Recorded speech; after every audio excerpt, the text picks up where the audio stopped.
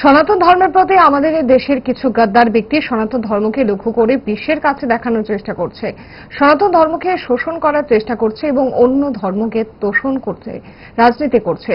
এদের সনাতনীদের দ্বারা সৃষ্টি, শখেদে বললেন উপাধ্যক্ষ রামপ্রসাদ পাল। শনিবার শহরের রবীন্দ্র ভবনের সামনে রাষ্ট্রীয় সনাতনী সেবা সংঘের উদ্যোগে আয়োজন করা হয় এক প্রতিবাদ এবং বিক্ষোভ মিছিলের।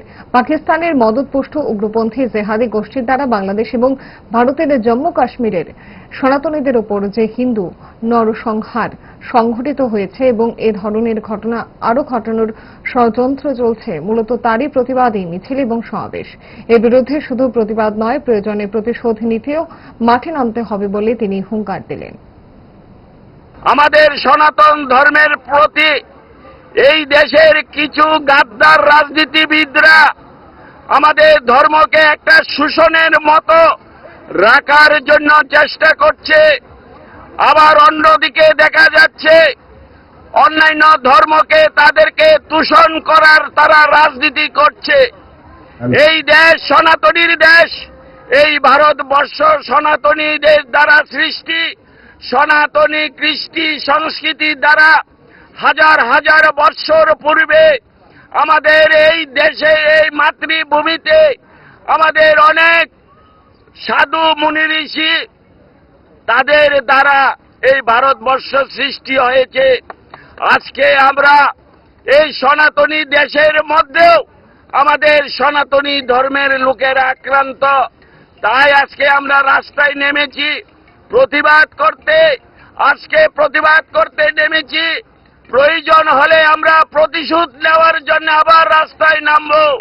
এইভাবে আমাদের সনাতনী ভাইদেরকে এইভাবে খুন করবে আর আমরা চুপ করে বসে থাকবো।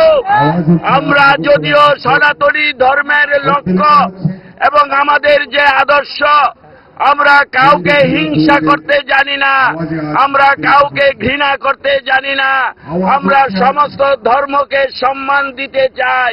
কিন্তু আমাদের উপর এইভাবে যে চক্রান্ত ষড়যন্ত্র আজকে দীর্ঘকাল ধরে চলছে, এইভাবে আমাদের সনাতনীদের উপর, আমাদের সাধু সন্তদের উপর, আমাদের দেশের কিছু চক্রান্তকারীদের দ্বারা আমাদের সনাতন ধর্মের আজকে তাদের চরম, তাদের দুঃখ দুর্দশা। তাই আজকে আমরা এই কাজে লিপ্ত হয়েছি। আমরা আমাদের অধিকার আছে, আমাদের সেই রাইট আছে, আমরা আমাদের ধর্মকে রক্ষা করার জন্য, আমাদের হিন্দু সনাতনীদেরকে রক্ষা করার জন্য আমরা সেটা যে কোনো মূল্যে হোক আমরা করতে চাই।